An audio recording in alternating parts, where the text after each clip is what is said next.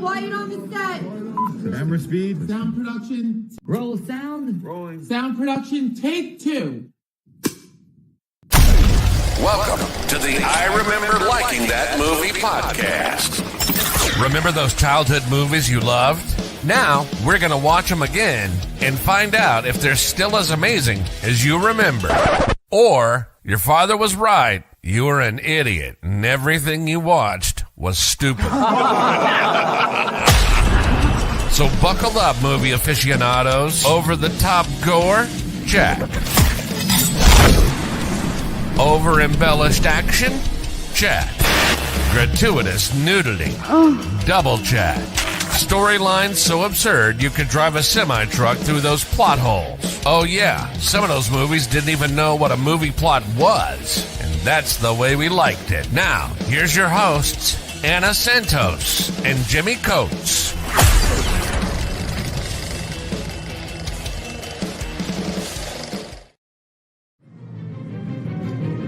This is the worst haircut Jerry's ever had. You gotta fix it.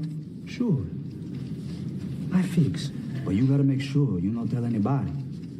He's a little crazy. I don't know what he do. He find out I told you the Jerry's hair. Yeah. So, I love that Edward Scissorhands. That's the best movie I ever seen. Again with the Edward Scissorhands. How can you have a handle like a scissor, huh? Show me one person who's got the handle like a scissor. Hey, it's a beautiful dream. I love it to be this man. Did you ever think about what you're going to do on the toilet? What are you going to do on the toilet? I'd like to have shoehorn hands.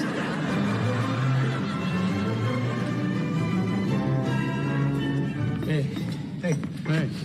Okay, now listen to me. I talked to Gino. He's gonna fix the haircut. Oh, great. Then you can go to the bachelor auction. Yeah, no buts. His apartment tonight, 8 o'clock. Can he fix it? I don't know. Just a sec. Yes? It's your Uncle Enzo. He's Uncle Enzo. Quick, go in there. I'll clean up. Come on out.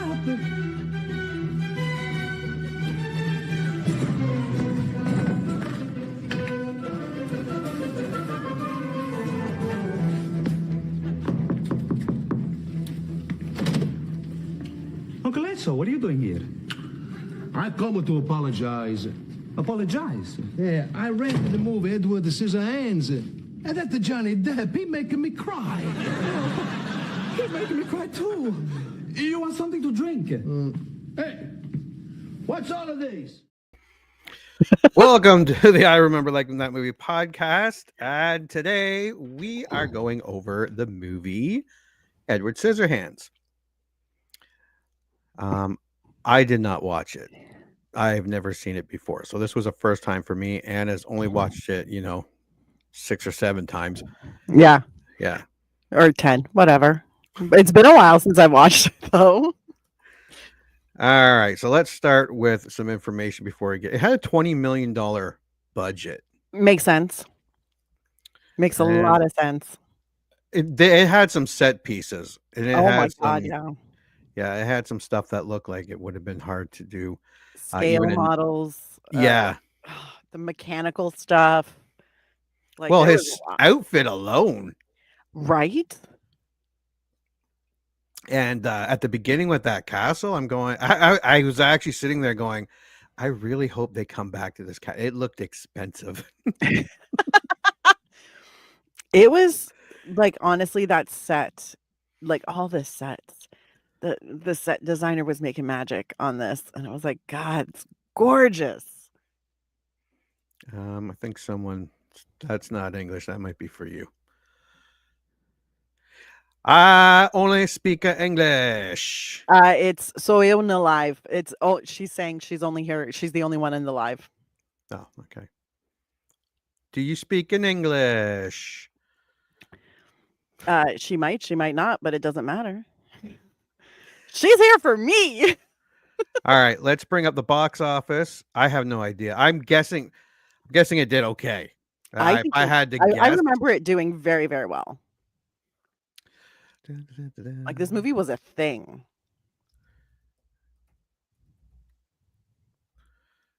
There we go. So Edward said, "Oh yeah, worldwide, domestic 56. So even on 20 million, it probably made a little bit of money, and then it made 29 worldwide for 86. That's not bad.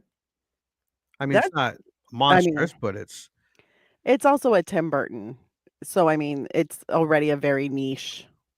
yeah. Like he's not an across the board filmmaker, but I'm sure in like after box office, home rentals, video purchases.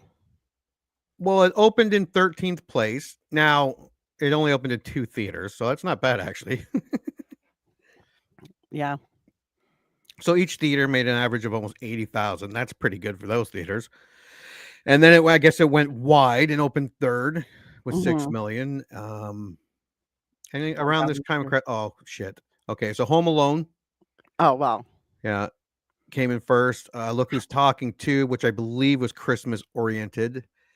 Then Edward Scissorhands, and then Dances with Wolves, Misery. Nothing says Christmas like fucking Mermaids. Misery. Oh, that's another Winona Mermaids. movie. Yeah, The Rookie. That's with Clint Eastwood and Charlie Sheen. 3 Men and a Little Lady. Yeah, Predator 2's down there. Rocky 5. Lots of movies, but it came in third, so it did okay. Can go to Rotten Tomatoes. I am guessing. Well, actually, let's go here first. Let's take a look at Edward Scissorhands taglines, because if you don't have a decent tagline for this fucking movie, you are not doing your job right. Okay, so here's ready? The story of an uncommonly gentle man. Yeah, that's not really a tagline, but I mean, Edward was here. that's Sure not was. bad. That's not bad. His story will touch you. Sounds. I mean, yeah. I need an adult. I think it would have been better if they said his story will cut No, it's not done. Sorry, I stopped there when I needed an adult. Okay. His story will touch you, even though he can't. Okay, that's kind of nice. Yeah. And this was more like it's more like a sonata. Edward lived alone where he could hurt no one and no one could hurt him until the day the Avon lady came calling. Fucking Avon. His scars run deep. The story of an uncommonly gentle man. Innocence is what he knows. That's weird and clunky. Yeah, that one's not good. I don't like that one. Yeah, that's it. Oh, the director of Batman and Beetlejuice invites you to his newest creation. Okay. So, and well, here we go. Let's take a look while we have it here. This was the main. There's a bunch of different posters. This was the main poster for those listening. It's just in the back left-hand corner is the mansion.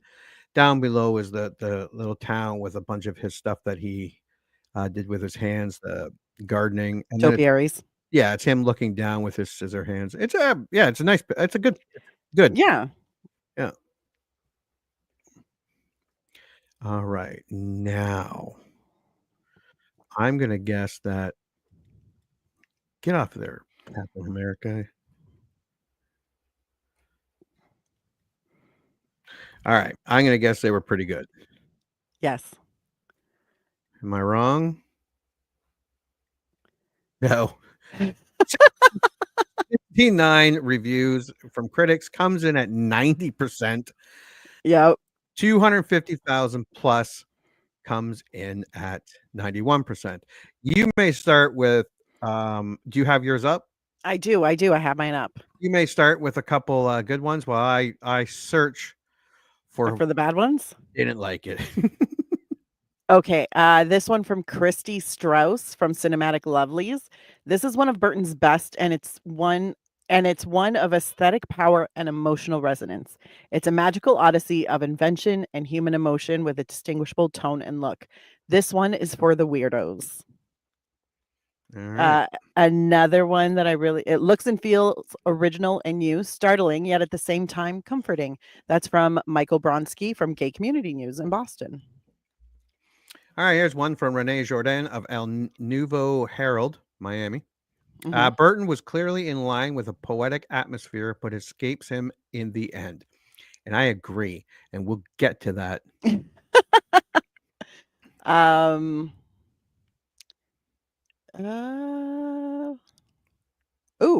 Lee Patch from the Herald Sun in Australia said one of a kind fairy tale for adults from director Tim Burton, which I think I really agree with because it doesn't have the happiest of endings. No. And we'll get to that Yes, we will. because I was a little pissed. Me too. So is my 7-year-old. Depp cuts a haunting figure, while Wiest is typically excellent. The rest of the actors are forced to play characters who are either underdeveloped or overcooked, and the broadness of Burton's approach eventually leads to a wholly unsatisfying resolution. 2.5 out of 4. That was Mark Burton from Creative Loafing. Josh Larson from Larson on Film says, perhaps the cinema's most enchanting parable about the misunderstood and alienated artist. And he gave it a 4 out of 4. And Jonathan Rosenbaum, who looks like, what's his name's cousin? Who's that guy that goes on the wheelchair? He's really smart. He talks like a speak and spell. Oh. Why can't I think of his name right now? I know. He's only the most famous scientist ever. Stephen Hawkins. Thank you. Yeah, he looks like Stephen Hawking's cousin. An original movie. Yeah. Huh? Who did I say? Hawking. You said Hawkins, and I was like, is it Hawking? He doesn't care. I can't remember. Normally, his name is in my brain at all times because he fascinates me. Yeah, and he's everywhere.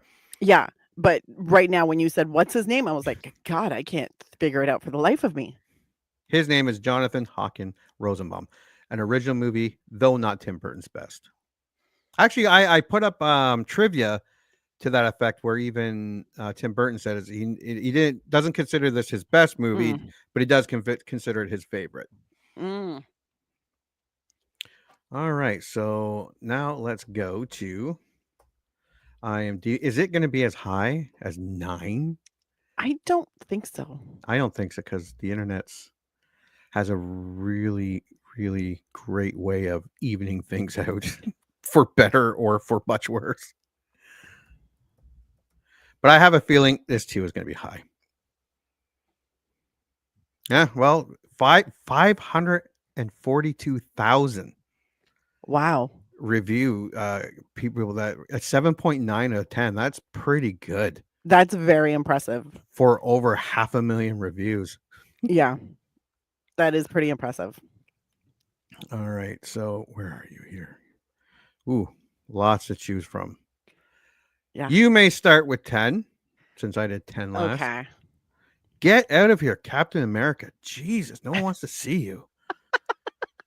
Those drop-down ads get on my nerves so much. So much. Because it's almost impossible to find the way to like close them, because they hide that little like minimize X thing, and you're like, I don't care.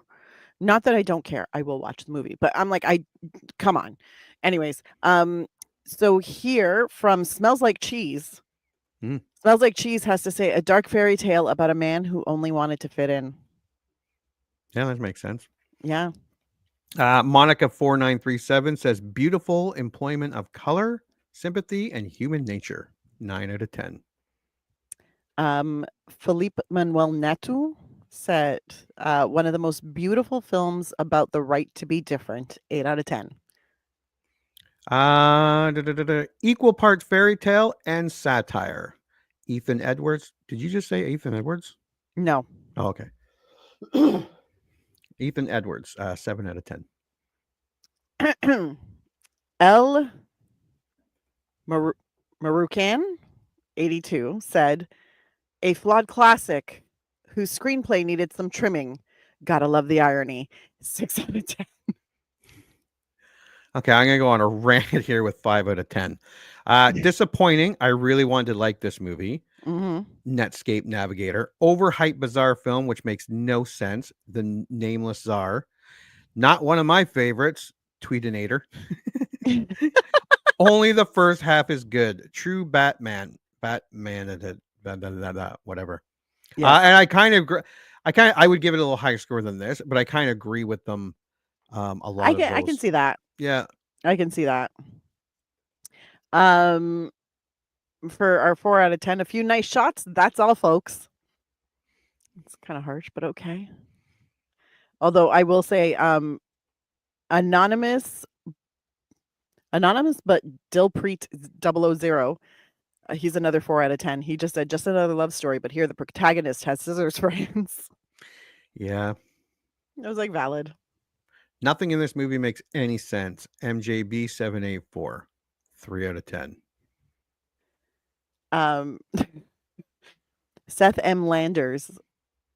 Oh, did you just do 4 out of 10? No, 3. Oh, 3. Okay. I thought I heard you say 4 out of 10. God, am I going deaf? I might have. I'm also could possibly be going deaf. So Seth M. Landers, pointless and mean-spirited, 2 out of 10. Stop. Just stop. Edgekilla Jero, 1 out of 10. That was the first one. And it's just worst movie made, worst movie I've seen. Yeah. But there was only, actually, to be fair, there were only out of the 802 written reviews, only 7 of them were ones. Yeah. Like the majority were very, very positive. All right. Okay, so taglines, poster, box office, reviews. Oh, let's watch. Last week we did Extinction, and then before we ended the show on YouTube here, yes, we watched our trailer watch for Edward Scissorhands. So let's watch our trailer watch and our predictions, and then we'll come back and we will review it. Before we go, let us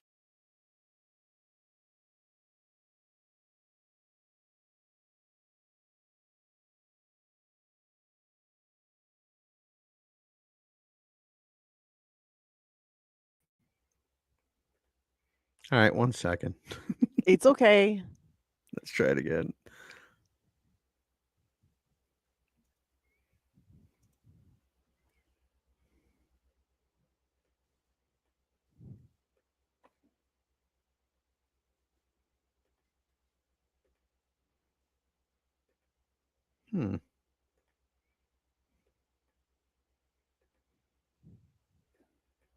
All right, I'll remove this. Okay, give me 2 seconds. You take your time. I am going to say, olá, pancinha rosa do pingo, bem-vindo. She seemed very excited to talk to me when I said that, when I translated her first comments.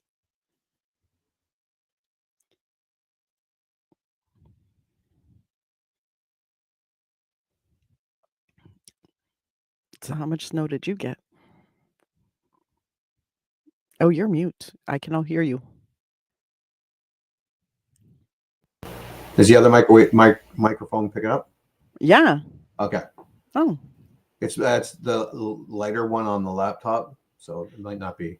I needed the thing here to do it. You needed the check. Yeah. Snow. Jesus Christ.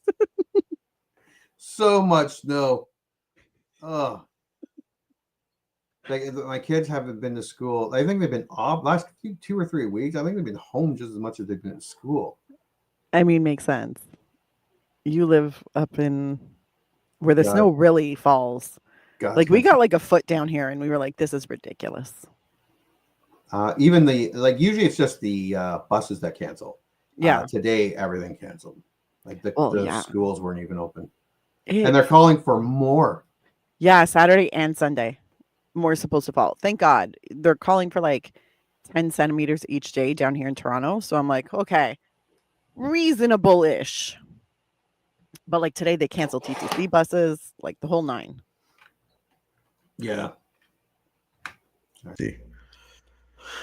Okay, so settings, audio.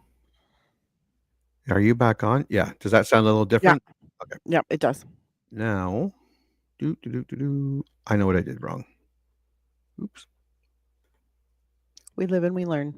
All right, so this will probably start immediately. Here we go. Before we go, let us, next week, we are going to watch a movie I have not seen. Believe it, I love Tim Burton movies. I love Johnny Depp. Not because of Pirates of the Caribbean. I mean, Nick of Time, 21 Jump Street, Johnny Depp. I have liked Johnny Depp from the beginning. I don't know why I've never seen this. Movies look so weird, and then it just kind of fell through the cracks. I'm Edward actually surprised Scissorhands. you've never seen it. Yeah, I am too. So I have never seen it. I know people love it. Hmm. I did watch a interview with who's the guy that played he's in Nosferatu as the hunter. Why do I want to say Nicholas Holt? That's not No, right. that's the guy, the real estate agent. He's been in probably 200 movies, very well known. I can't think of his name. He was in the Jesus Christ movie. Wait, who is he playing? He plays the hunter. He was the Green Goblin in Spider-Man. Oh, Willem Dafoe. That's it, Willem Dafoe. Willem Dafoe, I watched an interview with him where he actually got offered a role in Edward Scissorhands. And he said he read the script and he was like, I don't get it. And then when the movie came out, he said he went and watched it and he said within 10 minutes, he was like, oh, I get it. Yeah. And he was disappointed that he didn't take the role.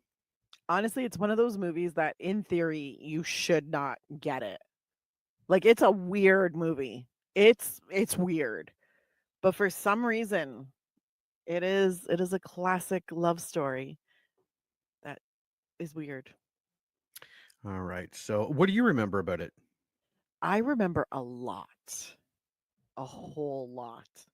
Yeah, You've seen it more than once then, I'm guessing? I have seen it a few times. I'm not one of it's not one of those that I have on repeat all the time. So I've only seen it maybe 5 or 6 times. What? There are some movies I've seen literally like 50 times. So I've only seen this one like 5 or 6 times, but most of that was like, I think the last time I saw it was like at least 10 years ago, maybe even 15. Like, it's been a while. But it's one like Winona Ryder, Johnny Depp. There's a great cast and it's so fucking weird. And it's so like just quirky and odd and it's very unique. And so I remember like a good chunk of the story. There's still some parts that are going to be a little fuzzy for me, but I remember a lot of it. All right. Well, let's take a look at the trailer.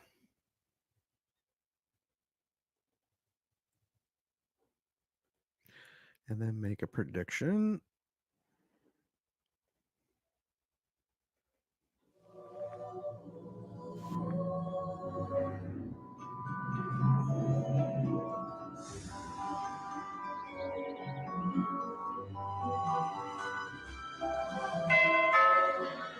Avon calling. This is some huge house, isn't it? Hello? Why are you hiding back there? You don't have to hide from me. I'm as harmless as cherry pie. Those are your hands? Those are your hands. I think you should just come home with me. Joyce, I just saw this strange guy driving with Peg. Did you get a good look at it? Hi! Scissors. Whoa, heck of a handshake you got there, Ed. Kim, this is Edward, who's gonna live with us. Well, this must be quite a change for you, right, Ed? Those things are cool. Can I bring show and tell on Monday? He's a highly imaginative character. It seems clear that his awareness of what we call reality is radically underdeveloped. Eddie, you take my very breath away. Do you have a girlfriend? Is there some special lady in your life?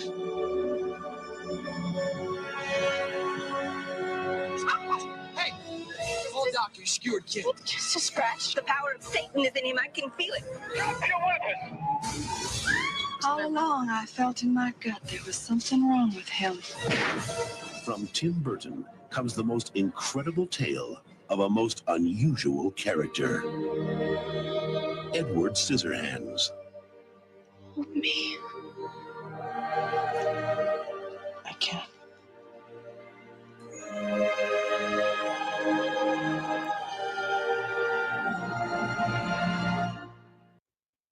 Ugh. Look, man. It's No, it Valentine's looks very Tim Burton. Very Tim Burton. I just remember the Seinfeld episode where he complains about his nephew always watching Edward Scissorhands, and then near the end of the episode, the barber is like, "I watched the Edward Scissorhands." He goes, "That Johnny Depp, he making me cry." Yeah, it looks very Tim Burton. Yes. Yeah, I think I'll like it. I don't know if I've seen a movie of his that I didn't really like. I haven't seen all of them, I don't think, but yeah, for the most part, I do really enjoy Tim Burton movies. Pee-wee's Big Adventure, Beetlejuice, like it's hard. Batman. I mean, yeah. No, this looks pretty good. I don't know why I haven't seen it. I don't know why you haven't seen it either. I'm not going to go out on a limb and buy it. No, but you don't I have am. to, though. It's on Disney Plus. Oh, there we go. Yeah. So I will. Yeah, I'm looking forward to it, especially because I haven't seen it, and I can see why I didn't like it back. I didn't want to see it back then, really, and then it just years went by and just forgotten. Yeah. Yeah. I think this was one of your picks, right? It was, yeah. Yeah. Because I was like, can we do this one for Valentine's Day? It's a love story. We're gonna do The Shining. Also a love story. Which we're doing after the week after. Yes. Chance. Okay, so yeah, Which I'm excited for. Yes. Let's all go to the lobby. Let's all go to the lobby. Let's all go to the lobby to get ourselves a treat. Delicious things to eat. The popcorn can't be beat. The sparkling drinks are just dandy. The chocolate bars and the candy. So let's all go to the lobby to get ourselves a treat. Let's all go to the lobby to get ourselves a treat. And now, on with the show.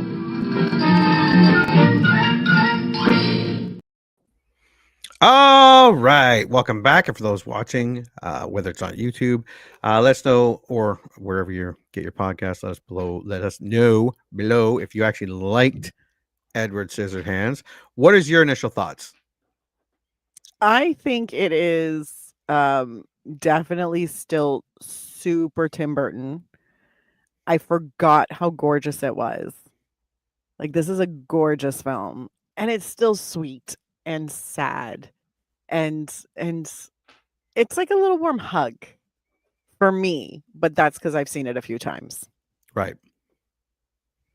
What are your initial thoughts? I watched this with my 7-year-old. It is everything that I thought when I didn't want to watch it. This is like, lame, girly. Oh my God, could this be any more? Jesus Christ. But for all those reasons is why it was very good. Mm-hmm. It was a walking, talking, moving fairy tale. Yeah. The music, oh my God. Danny Elfman's music of this was so good. Yeah, okay. I'm gonna be judged. This is so whimsical. Don't fucking judge me. But it was. That's just an accurate term. And it made those and that music made the colors and all the different shots. Yeah, it made it that more. I did not like the ending. Because understandable. We'll get there. I do have a gripe to pick. But yeah, overall, like the movie was great. I can't believe I haven't seen it until now. I can't believe that either. But it was really good. My 7-year-old really liked it. I was 45 minutes into the movie. My 7-year-old's been sick all week. She came out. She was feeling better. She sat down. She was watching for a minute. She was watching for a few minutes, asking me a bunch of questions. And then she's like, "You start from the beginning?" I'm like, "Come on, man." I'm like almost halfway done. So I had to go all the way back to the beginning and watch it again. But she didn't like the ending either. Well, I mean, look, there's a part of me that wants a happy ending at all times. Like, I want the bullies to get their comeuppance. I want, the underdog to win, and I want everybody to live happily ever after. And It's just a reality of life. And sometimes when I don't get that happy ending, like I'm kind of disappointed I don't get it, but at the same time I'm like, but it's accurate. I mean, you don't always get the happy ending. No. I'm still a little miffed about it too. Don't worry, you're not alone. Well, I'm sure I'll rant about it in a minute. All right. So for all those watching, if you liked it, let us know. If you didn't like us, let us know what you didn't like about it. But let's go over this movie. Oh, where'd it go? Oh, okay, here we go. One snowy evening, an elderly woman tells her granddaughter the bedtime story of a young man named Edward, who has scissor blades for hands. First, young actors playing old people, stop it. It doesn't work. It takes you right out of the fucking movie. That's why you hire old people.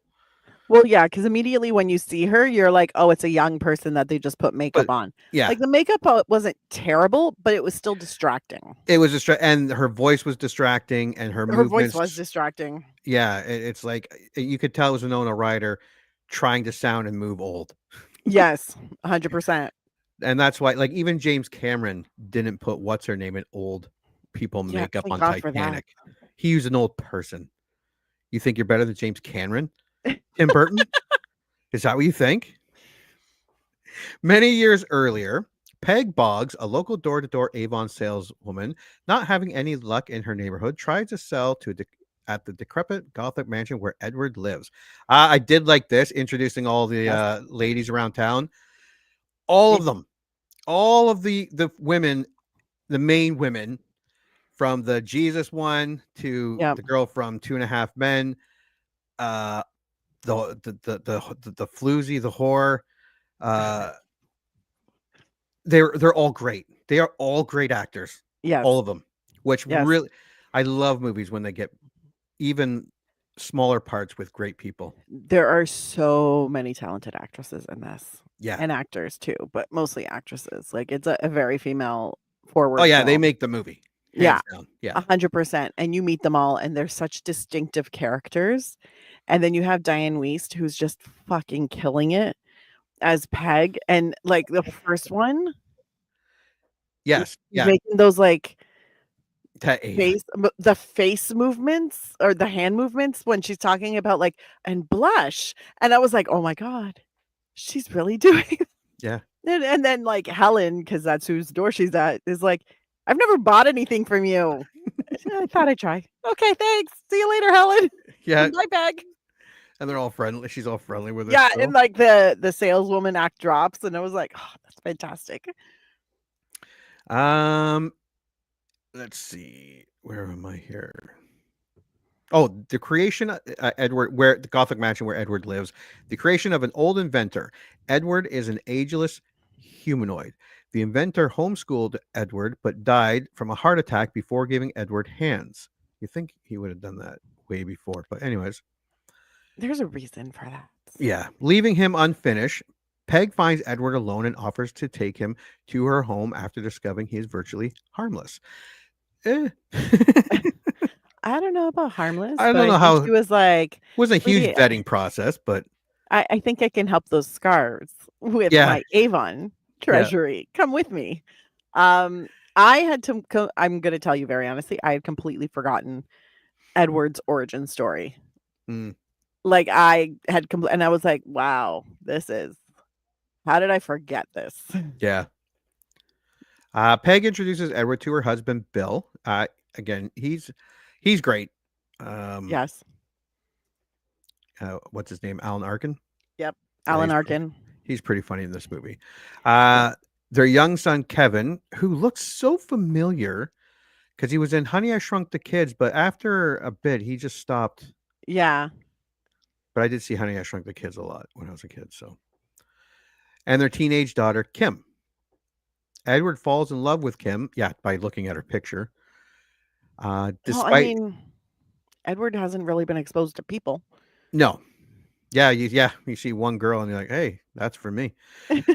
Despite her initial fear of him. Yeah, so they do a really good job before Kim even gets home because she's away on a camping trip with her friends.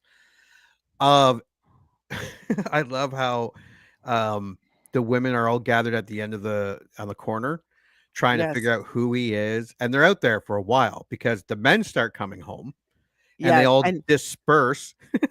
it was the greatest kind of depiction or caricaturization of suburb traditional lifestyle. Yeah, because Where they all like look to be at home. They all seem to all be the women are at from home, Yeah, and they're not working except for Peg, the Yeah. Avon lady. And then they all apparently have the time and the freedom to just meet at the corner. yeah, and hang And out literally they say, for I'll meet hours. you at the corner and Yeah. stay there for hours. And then all the men, it starts like a train of cars that all come in and pull into their like respective driveways. And you see all the women run back and be like, oh, okay, see you later, see you tomorrow. And you're just like, wow, all the homes look almost identical. They just have different colors. They're all just different colors, They're all just different colors. I thought I saw a striped home and I was like, wow. but it was They're getting really going. fumigated. But it's like everybody gets to have just a little bit of individuality, but not too much. Right. You still have the exact same house, but it can be a different color, but still all bright pastel colors. My daughter howled the next day when all the cars pulled out at the same time, Mhm. and like a big line. Not for she didn't laugh at the reason that it was. She just thought it was hilarious how they were all trying to get out at the same time.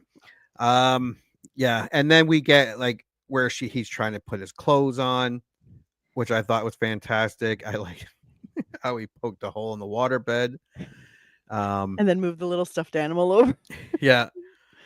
So yeah, it was quite good. And he hears a phone and freaks out, and she's trying to introduce him to normal life. Yeah. Yeah. As their neighbors are curious about the newest house guest, the Boggs throw a neighborhood barbecue welcoming him. Is Kim home by now? No. No, not yet. No. I love the barbecue scene too. It was great. I like all the men interacting with him, and they do it just like you would, where they're like, "Oh, that's a mighty handshake you got there, Ed." And then all the men start laughing, and he just looks super uncomfortable, but kind of trying to smile. And I was like, man, this makes me think of every exchange student who's ever been. Yeah, like that's a good analogy. In a North American like barbecue where they're like, I don't get the joke, but I'm gonna smile because old guys making their dad jokes. Yeah, because they're laughing, so I guess it was funny. Yeah, maybe my English is not good enough for this. And yeah, where he's doing the shish kebabs, and Mhm. yeah, and the girls are trying to feed him because he's this new mysterious thing. Most of the neighbors are fascinated by Edward and befriend him, except for the eccentric, religious fanatic Esmeralda. Yes, she's And- extra. Yeah, and she's a great. She plays that character quite a bit. The girl who plays Esmeralda. Yeah. And she's fantastic at it. She does play. I'm trying to find her name. Olan Olan Jones. Yeah. Yeah. And Kim's supercilious boyfriend Jim. He didn't like him either. Yeah. No. Yes, because when she comes home, another great scene. Yes. He sees her, comes in, doesn't say a word, looks like he regrets not saying anything because she's starting to undress. She sees him in the mirror as she's trying to pop a pimple, and she just screams, and he screams, and he's just massacres the waterbed. Yeah, he massacres the waterbed. It's like a whole thing. And as soon as Jim got out of that van, I was like, I am not going to like Jim. But it's also because Anthony Michael Hall for a very long time played assholes. Like after he kind of got out of his like teen years and he was into his like late teens, early 20s. Yeah. It definitely he was like, I am not a kid. I am now going to play that douchebag. I'm not this innocent, quirky, funny kid. And he really. Yeah, he did it. So as soon as you see his face, you're like, you're going to be such a dick. Slasher Fred says Edward Scissorhands is almost like the reversal of Frankenstein, where the people seem to treat Edward like he is a person, but then after he makes one mistake, they all turn against him. This does, I'm sure It's Frankenstein plays a big part in this movie. There is a lot of Frankenstein. There is a lot of literally just a commentary on society as a whole. I do like after because he's scared the shit out of Kim and he's walking to leave and Bill grabs him and turns him around. They go downstairs to sleep on the pull-out couch and he gives him the alcohol. I did like that scene. He says it's lemonade.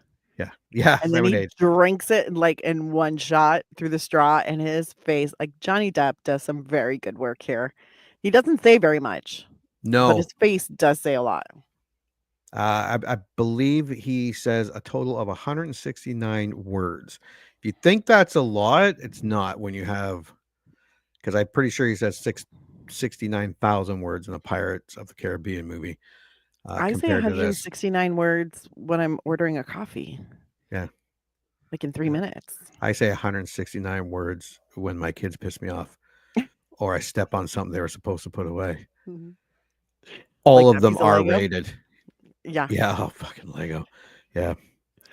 But yeah, it was a very funny scene. Oh yeah, it was a great scene. I forgot that was in there and I laughed so hard. Alan Arkin fucking kills it in this. I had He forgotten does. about he fucking kills it. He does actually. He's actually he does. Yeah, the casting is phenomenal. Edward repays the neighborhood for their kindness by trimming their hedges into topiaries. And then progresses. But first, yeah, when he does what's her name first. Yeah. And then she offers him lemonade and he throws up. But yeah, everyone tells him what they want, and whatever bush they have, he makes like the big giant teddy bear. He makes the swans. He makes everything. And as he's finishing up one, he sees a shaggy dog to his left, and he's like, "You can use a trim." Snip, snip. And then he just starts. Then you find out that dog was actually a poodle underneath. Who knew? Yeah. And progress into grooming dogs. And then later, styling the hair of the neighborhood women. One of the neighbors, Joyce, offers to help Edward open a hair salon so he can support himself. While scouting location, Joyce attempts to seduce him. Well, actually, he goes a lot of awkward moments where Kim and her friends are walking down the street and Edward comes out running out to say hi. And he's like, Kim! And then they just mock him. And they I'm like, come "Oh." over for dinner and the one girl's sitting there watching Edward cut the roast beef. Yeah. And she's like, I don't think I can eat that.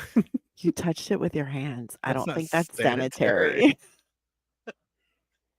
I'm sitting there going, okay. And then he drops a piece of meat in Kim's lap. Yeah. And then mom's like, oh, he's like, sorry. Then he goes on the talk show. Oh, yeah. Does that intense stare and then electrocutes himself a little bit. Yeah. Then when they're scouting the location, Joyce attempts to seduce him, but scares him away. I would be terrified too. Yeah. Yeah. She was trying to. Yeah. She's lot. very aggressive. She's very aggressive. And honestly, kudos to her for wearing the latex underneath something. Because I was like, girl, are you not sweating buckets? That's ridiculous. But she basically jumps on him and then takes off her clothing. Yeah. Then poor Edward gets terrified and runs. Yeah. Yeah. Like, And then just runs. then he goes to meet them at the diner and tells them the story. Then Yeah. it's all normal until he's like, then Joyce took off all the clothes. And it's funny because some of them are like, what the? Except and then for everybody's Bill. like, Bill's like, so let's keep this conversation going. Yeah, the salon will be great for you. You can make your own money. You'll learn so much. Joyce lies to the neighborhood women that Edward forced himself on her, reducing their trust in him. Edward's dream of opening the salon is ruined when the bank refuses him a loan on the grounds that he has no assets or collateral and is not legally a human. Jealous of Kim's attraction to Edward, Jim takes advantage of his Let's try this again. Naivete? That's it, yeah. Naiveness. By asking him to pick the lock on his parents' home so he can steal his father's electronic goods and sell them to buy a van. Yeah, through the whole thing, he just wants to buy a van so he can bang Kim. Yes. That's the whole sole purpose So he of his lies. life. He lies to Edward and says it's someone else's house or he has to get something from it. I can't even remember. I was just so mad through that entire. I'm like, don't, God damn it, Kim, grow a spine. Don't be a part of this. Tell Edward he shouldn't do this. But no, Kim doesn't want to make her boyfriend mad. Edward agrees, but when he picks the lock, a burglar alarm is triggered and the walls come down, trapping Edward inside. Jim flees and Edward is arrested. This is where they have the psychologist or whatever saying that he's delusional and da-da-da-da. Yeah. But not a harm. No, he's not a danger to anyone. No. However, they're like, he's mad fucked up. Yeah. The police determined that a lifetime of isolation has left Edward without any common sense or morality. Thus, he cannot be criminally charged. Edward nevertheless takes responsibility for the robbery, telling Kim that he did it because she asked him to.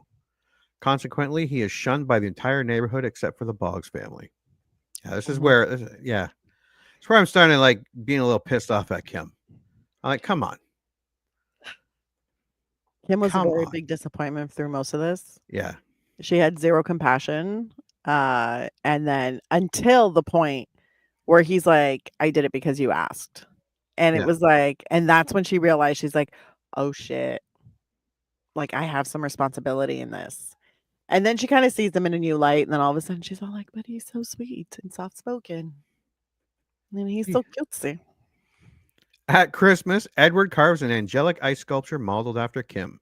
The ice shavings are thrown into the air and fall like snow, something that has never happened before in the town. Kim dances in the snowfall. Jim arrives suddenly, calling out to Edward, surprising him and causing him to accidentally cut Kim's hand. Jim accused Edward of intentionally harming her, but Kim, disgusted and fed up with Jim's jealous behavior towards Edward, breaks up with him. Still doesn't tell the truth. No. Kim does not really speak up for Edward. No. Ever. She very, very quietly says, no, it's okay. I'm fine. And I'm like, girl, why are you not screaming? Yeah. He was just startled. Everything is fine. It was an accident. Jim barged in here, started screaming, freaked us out. Let's yell at him. Yep. Fuck you, Kim. Meanwhile, Edward flees in a rage, destroying one of his works and scaring Esmeralda until he's calmed by a wandering dog. He doesn't just scare her. Her hedge is in front of the house and he does that devil one. It into a demon. It's pretty funny. Like, she's sitting there practicing her organ. And if you've ever played organ, let me tell you, she was doing great. She was doing really, really great. That shit's hard. Okay. Playing the organ is hard. And then she turns around and she sees her hedge has been turned into a giant demon. And because of all the like candles that are lit in her house, it looks like it has red glowing eyes. I was like, yeah, oh, that's so good. Kim's parents go out to find Edward while she stays behind in case he returns. Edward returns, finding Kim in there. She asks him to hold her, but Edward hesitates, afraid of hurting her again. Kim arranges Edward's Scissorhands so they can embrace. Jim's drunken friend drives him to Kim's house and nearly runs over Kevin, but Edward pushes Kevin to safety while inadvertently cutting him. Yeah, he should have saved him and then backed off because it looked like he was fucking Freddy Kruegering him in there for a minute. Here's one thing I noticed through the entire movie. Whenever Edward is uncomfortable or nervous, his fingers do that little so I think that was happening, but not necessarily cutting Kevin. But we never really find out because they don't show us his face. That's true. So we know at least he got at least one cut, but we don't know how many cuts he got. And yes, he should have backed off. But also, Edward's not great with the social cues. And this was just another example of how Jim is a super douchebag that nobody stands up to. Yeah, even his drunk what friend. The fuck? The man is drunk and he says, I'm either going to pass out or puke. Yeah. Jim says, drive me to Kim's house. He says, oh man, don't make me. And he's like, do it. And he was like, okay. Sir, this is your van. Kick the fool out. You can do that. Anyways, weak people. Witnesses accuse Edward of attacking Kevin. When Jim assaults him, Edward defends himself and injures Jim's arm before fleeing back to the inventor's mansion. Kim goes to find Edward. Jim obtains a gun, follows her, and shoots at Edward before grabbing a fire poker and starts beating him. Edward refuses to fight back until he sees Jim strike Kim, and as she attempts to intervene, enraged, Edward stabs Jim in the stomach and pushes him from the window of the mansion to his death. That was very satisfying. I was not expecting that. Neither was I. The tempo of this movie, I wouldn't expect a cold-blooded murder. Because it was like, he had determination on his face when he shoved his hand into Jim and just kept walking. Yeah. Like, we're taking you out. Even though he just committed murder, Kim confesses her love to Edward and kisses him as they accept that their love can never be fulfilled. As the neighbors gather, Kim convinces them that Jim and Edward killed each other, holding up an extra hand of blades she grabbed from a display case in the mansion as proof. This is where I have a problem with the movie. Let me explain. And I believe it's because Tim Burton was young at the time. How old was he? Hold on. 1958. Oh, I think it was like 31-ish. Okay, he should have known better. Kim is a bitch. Joyce is a whore. And Jim deserved to die. All Kim had to do was tell the truth. This isn't a sad ending. This is some grade A horseshit. Okay, but I will, because there is a commentary on mob mentality in this. Yes. And so I see what he did there. And sometimes when the mob, I think he could have made it more poignant and clear on the commentary on mob mentality and how mobs work, where no matter how loud someone screams, the mob has already made their decision and they plow through. Their minds are not easily changed. I think the one thing he made a mistake in is keeping Kim's voice quiet, because you hear her saying, "No, that's not what happened. It was an accident." And then that's it. Like in the backyard after he cuts her hand, that's it. That's it. Yeah. Like she's not chasing after anyone and being like, "No, stop it," and having them still go forward. That would have been, I guess, a stronger kind of image. And it would have, like, because I think where he was going was, this was a mob. You can't change their minds. No. The only way to keep Edward safe is to let them think he's gone. Yes, I agree. Up until that point, like everyone turned on Edward. Yes. Like the Peg and Bill, the entire town, because Kim's too afraid to tell the truth. She just had to say, "We did it. Edward didn't know. It's all our fault." What? You would have gotten grounded? Not even that. Eddie Scissorhands is just banished again to be alone forever. Kim got to go on and live her life. Looks like she had kids and they had kids, and she's having the time of her life telling stories to her granddaughter. Like, does it make you feel better, Kim? Still dancing in the snow. Yeah, Edward's up there, happy as a pig in poop, sculpting ice sculptures and making it snow. When in reality, he died years ago of loneliness and starvation. He was Edward. Someone please talk to me, hands. I don't think he needs to eat. No, maybe not. Or drink water. So I'm saying he's probably surviving and thriving just by himself, because he's like, it's nice and quiet up here. I can just make my topiaries. No, I think the other explanation is he became so angry he turned into Freddy Krueger. I mean, that too. Yeah. Very possible. Yeah. Very, very possible. He got royally screwed. He can't masturbate. Oh, the humanity. Will someone please go to the top of the house and just touch Edward Scissorhands' privates? He'd be Edward Grateful Pants. But does he actually have privates? I don't know. Oh, he might not have privates. Because he started out as a fucking part of like a machine, like a conveyor belt kind of cookie making machine. And then all of a sudden, Vincent Price, the inventor, picks up a heart-shaped cookie, stands it in front of his little cookie making machine robot and says, "I could do it." Yeah. And he starts making a human, because there was one scene where you're like, he's reading a book to Those Edward. were all great scenes, by the way. With So Vincent good. Price. Oh God. And then like Edward's they're reading the books and his torso is on the table and then his leg is like in front of him, detached from his body. And I'm like, oh right, Edward's not real. Took me a hot second to be like, he's not a real boy. Yeah, no, I think there were some things that could have endeared Kim to me a little more. Yeah. But I didn't give a fuck about her. My only feelings were for Edward Scissorhands. Yes. Everybody else in this movie can go fuck themselves. Yes, because I did want a happy ending. Everybody wants And a happy you ending. could have had the truth come out, but Edward could have decided it's better for everyone for Yeah. him to leave. This ending sucked. I did not like it. I think Me I and my think it missed the mark. 7-year-old pouted. We were like, "Fuck this." I This think it is was a definite bullshit. sad love story where you don't get the happy ending, which sucks balls.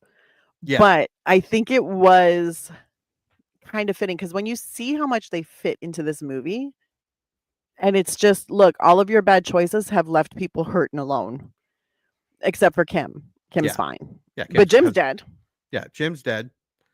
because that's The what happens mother- when you're a douchebag. The mother now questions every decision going forward. The Maybe I husband don't bring doesn't home the trust her stranger. decisions. But Kim's okay. Kim's okay. Well, it's funny because up until they say their final goodbye and Kim walks out with like the hand, I was like, you could have ended it just after you killed Jim and the kiss and been done. Yep. And I would have been so incredibly happy. I would have been Yeah. like, tell me the story without the grandmother part. Just leave it at that. Yeah, I kind of agree. Okay, so the elderly woman revealing herself to be Kim. Mhm. Oh, big surprise. She sounded like Winona Ryder. She acted like Winona Ryder. Oh, Who would have thought it was Winona Ryder? yeah, that's why smarter directors use older people. They say, hey, I need an old person. Male, female, about yay old. The casting director goes to Walmart, asks a greeter if they'd like to make $100, have all the pudding they want, and that person would be more believable than Winona Ryder as an old person. Don't get me wrong. I like Winona Ryder, not as that old person. I know. Or I know. Kim. I do not like that character. She finishes telling her granddaughter the story and says that she never saw Edward again, hoping that by staying away, Edward would remember her as she was in her youth. Yeah, the lying bitch. She believes that's not me, that's Wikipedia. She believes he is still alive because it would not be snowing without him. Edward is then seen carving ice sculptures of his experiences with Kim with the that's so sad. With the bits of ice floating as snow in the wind. The elderly Kim commenting on the snow concludes with, sometimes you can even catch me dancing in it. I hope you swallow it and fucking choke on it. And that is our movie. That's a little fucking harsh. She made some bad choices in her youth, okay? She made some bad choices. I don't was know if just she should die because of them. The ending caught me off guard and I was not expecting it. What's your score? My score is a Rent It. And here's why. It is absolutely gorgeous. Like stunning. Beautiful set design, costume design, makeup. All of it is perfect. And everybody still looks like who they are on top of that. Like you see people's age on their skin and you see, their hands, and everybody's shaped differently. And it's wonderful casting, incredible casting. The score is gorgeous. The acting is amazing. Like it is a well thought out, well created movie. Here's the only reason why I'm saying rent it instead of buy it. It is a sad love story. And most of the sadness doesn't even come from they can't be together.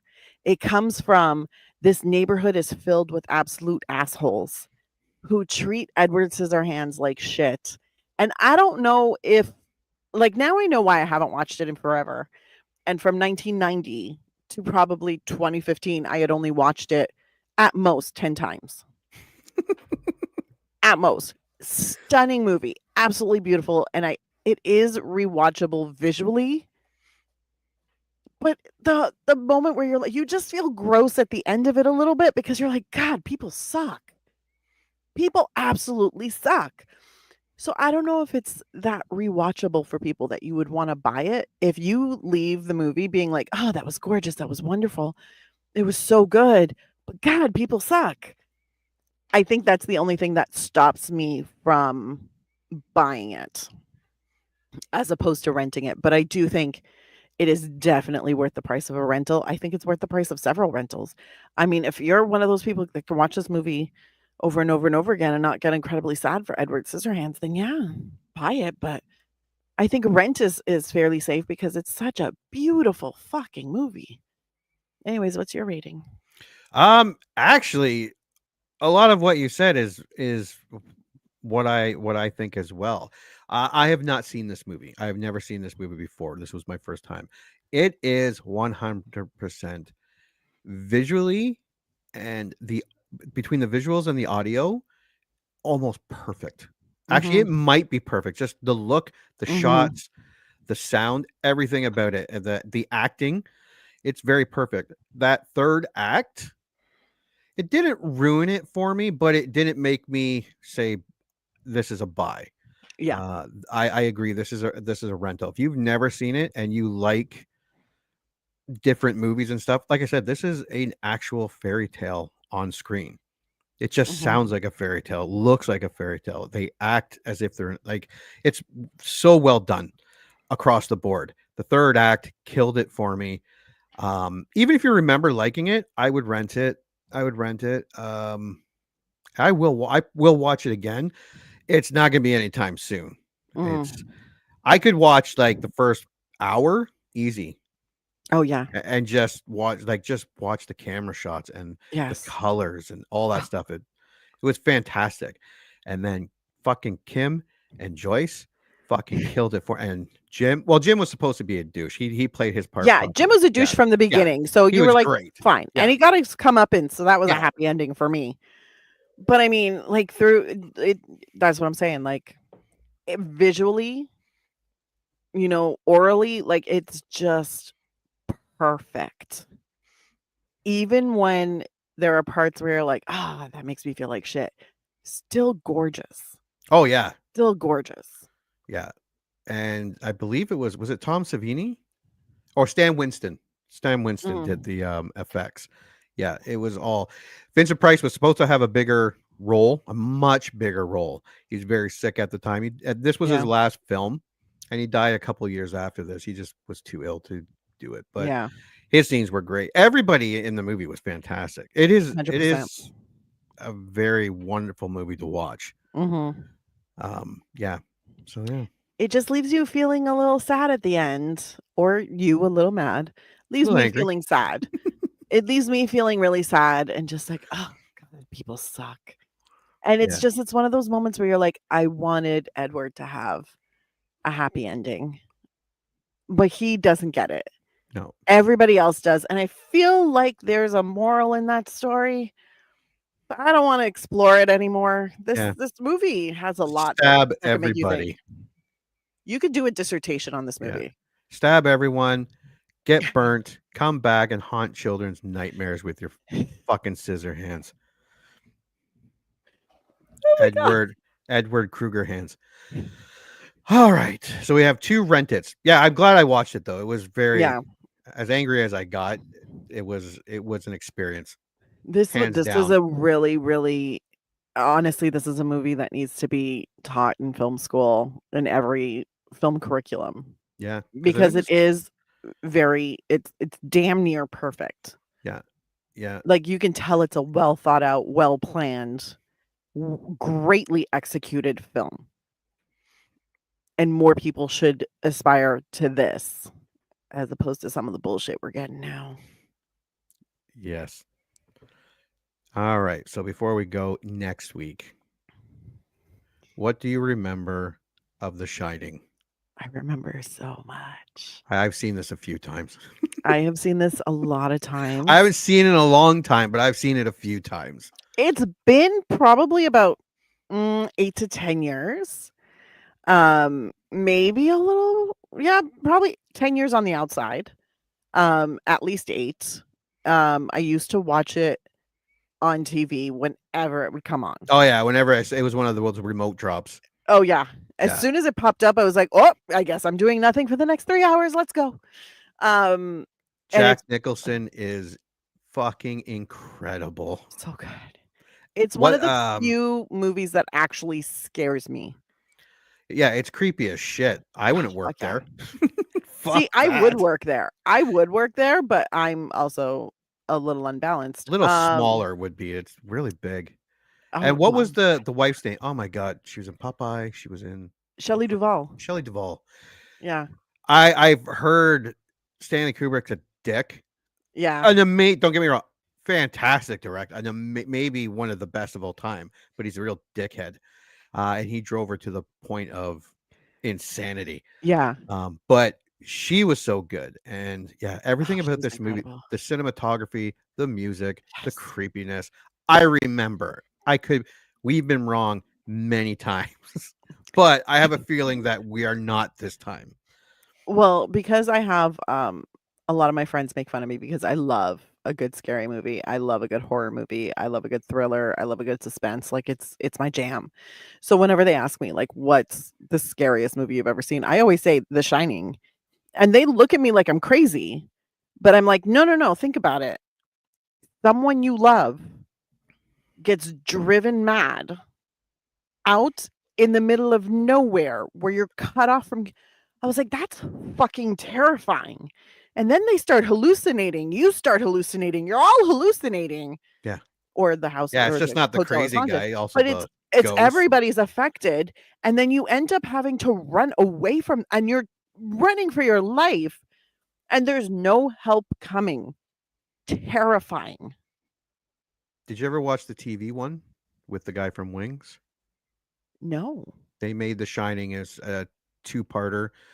The guy from Wings plays the dad. It's actually it's not as good as this one, but there's more to it. There's more to it. Oh. Like it's a lot more book in the, and I've read the book, the Stephen King book. I know Stephen King hates this movie. I mean, Kubrick did take liberties, but he took all the best liberties in the best way. Yeah. I mean, they always do that. Okay, They always do that. The miniseries was actually pretty good. I remember it being good. I have not seen that movie in a very long time either. Well, now I want to know where I can see it. This is, oh my God. This is interesting. I'm looking at images of the TV series. Yeah, for a TV movie, it was pretty good. Oh man, I want to watch this now. Okay.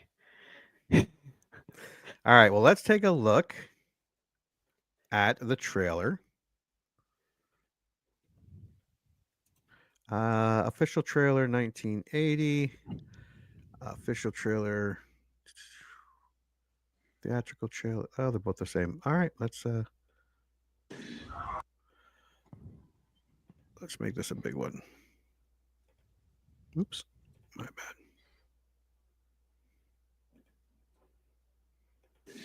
I don't suppose they told you anything in Denver about the tragedy we had up here during the winter of 1970? I heard a man named Charles Grady is the winter caretaker. So from what I've been told, I mean, he seemed like a completely normal individual.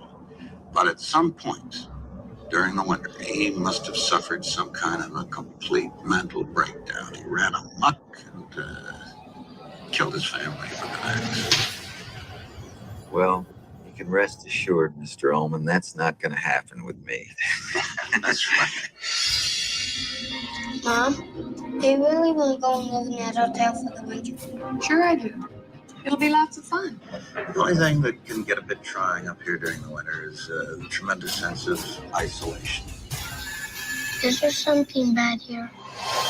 I fear you will have to deal with this matter in the harshest possible way. I do that I killed you with Danny. You did this to me, didn't you? I'm not gonna hurt you. I'm just gonna bash your brains.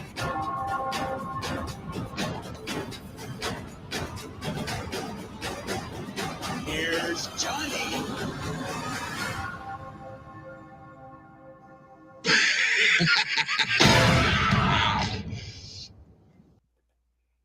That is a fucking great trailer.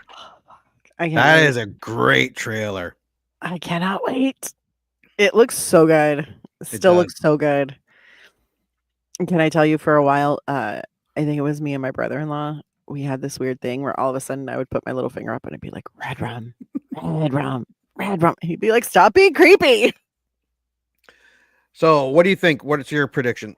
I think I'm still going to love it, and I think it's still going to creep me out. I think I'm still going to be very uncomfortable watching it and like have a little sigh of relief when it's done. I'm so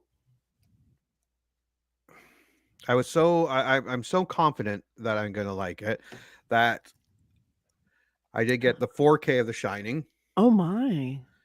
With special features and stuff like that. I don't know what's on there, but maybe I'll report it. And not only am I going to do that, I'm also going to watch Dr. Sleep on 4K. And it also has the 30 some odd minutes added to the director's cut. And wow. I totally forgot about the miniseries until I just remembered as we were talking. I'm going to try to find that and watch that. It is gonna be a Stephen King week for you. Well, we're supposed to be just get pounded this weekend and this week of snow. They're calling up to anywhere from 20 to 40 centimeters. Fantastic! In the next 24 hours here. And we're getting a little less than you. I think they're calling like the max that they're calling for down here is about 20 centimeters over the weekend. It's a lot for there. It is a lot. Like when I was shoveling snow today, I was like, yeah, it's bullshit. How long has it been since we've had over a foot of snow? It's been forever. Yeah, I remember the last time because I lived in Mississauga for the longest time, and we had a one winter that was ridiculous. But that was a long time ago. Yeah. Yeah, like we've had snowfalls, but then usually the next day it's like 6 degrees and everything melts. Yeah, for a few years now, I've said like this is some bullshit. I got a snowblower, but what a perfect time to watch fucking The Shining, Doctor Sleep, and then Doctor Sleep again. I don't know if I can watch all of them between now and Thursday, but I'm going to try. I'll start with The Shining first, and then work my way. I'm gonna see if I can find The Shining this series because I have never seen that. Yeah, I have, and I remember it being really, really good. Again, I'm gonna see if I can watch that. Oops, that's the wrong one. That's the wrong one. Okay, anything like to add for Edward Scissorhands? No, not for Edward Scissorhands. I think I'm good with that. But I did want to let you know, since tomorrow is Valentine's Day, I have a Galentine's Day date with my friend Becca, and we're actually going to see Hard Eyes. Hard Eyes. Oh, that's the horror movie. Yes. So we're going to go see that tomorrow. That just snuck out. I didn't realize until like, I think yesterday, or the day before, never even heard of it until, but yeah, that looks pretty cool. Yeah. I was like, I mean, we originally were going to go to a rage room. But scheduling one of those I was like, why are they all so far away and like have weird schedules? And I was like, let's just go watch a slasher. And she was like, that sounds amazing. So that's what we're doing tomorrow. So I will have a little mini review for that for next week if you want. Did you watch Nosferatu yet? No, not yet. Okay. I was about to watch it, and then my kids were there, and we put it to a vote, and we watched Sonic the fucking Hedgehog 3. Not Nosferatu. I'm sorry. Actually, surprisingly, the Sonic the Hedgehog 3 was actually very funny. My niece said the same thing because she took her little brother there to watch that with their mom, and she was like, it was surprisingly good. Yeah, it was actually, I think it was, I might have been, I don't know if it's the best one, but Keanu Reeves is the new Sonic one. Yeah. And Jim Carrey, Jesus Christ, he played that's just another version of himself. Yeah, very well done. Yeah. No, she said it was also a lot funnier for the adults. Yes. One. I pouted for a while as we were watching it because I wanted to watch Nosferatu, and it's my home and my fucking TV, but whatever. And then I started giggling and got into the movie. So yeah. Nice. All right. Well, we have 2 rent-its for Edward Scissorhands. Mm-hmm. Even though it's a rent-it, it is one of the most stunningly beautiful looking, beautiful sounding movies I have seen in a long time. It is a must-watch. Rent it. Yeah. What is it? 35 years old now? Oh, shut up! Don't say stuff like that. Dude, why you gotta say stuff like that? Well, thanks for going back to 35 years ago, 1990, and watching Edward Scissorhands. And until the next movie we remember liking. And now, folks, it's time to say goodnight. We sincerely appreciate your patronage and hope we've succeeded in bringing you an enjoyable evening of entertainment. Please drive home carefully and come back again soon. Good night.